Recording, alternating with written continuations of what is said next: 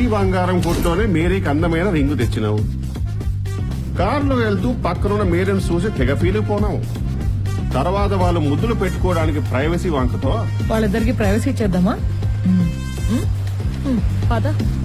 పడమర వైపు తీసుకెళ్లిపోనావు. నీ కావ సూపులు పిచ్చి చేష్టలు వల్ల ఇబ్బంది పడుతున్న పాపం మేరే ఇదెక్కడి కర్మరా భగవంతుడు అనుకుని ఈ నుంచి దూరంగా వెళ్ళాలనుకుంది.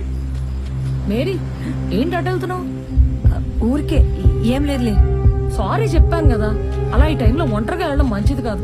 దా. తన మీద దురాలోచనతో ఉన్న నువ్వు పాలపిట్టని కోడిపెట్ట తగులుకున్నట్టు అమాయకంగా కనిపిస్తున్న మేరీని చూస్తే జాయిగా నీ ట్రాక్ లోకి దింపేయాలనుకున్నావు.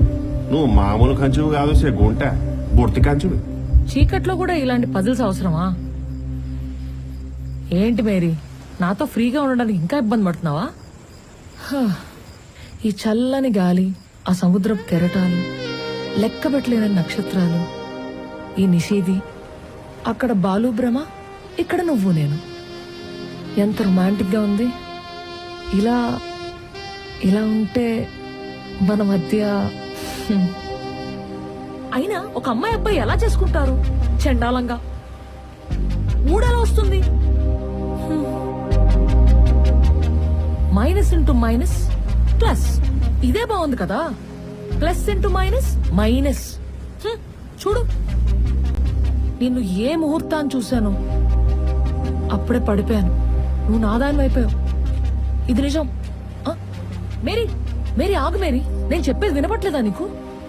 నాకు వినపడలేదు. ఒకసారి నీ చెయ్యవు, నీకు చిన్న సర్ప్రైజ్. I love you. ఇదే మన ఇద్దరి మధ్య బ్రహ్ముడి. దాను ఏం చేస్తున్నావే నువ్వు?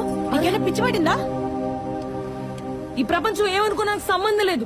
నువ్వు నాకు కావాలి, కావాలంతే. ఏం చేస్తున్నావే నువ్వు? నీకేనా మెంటలా?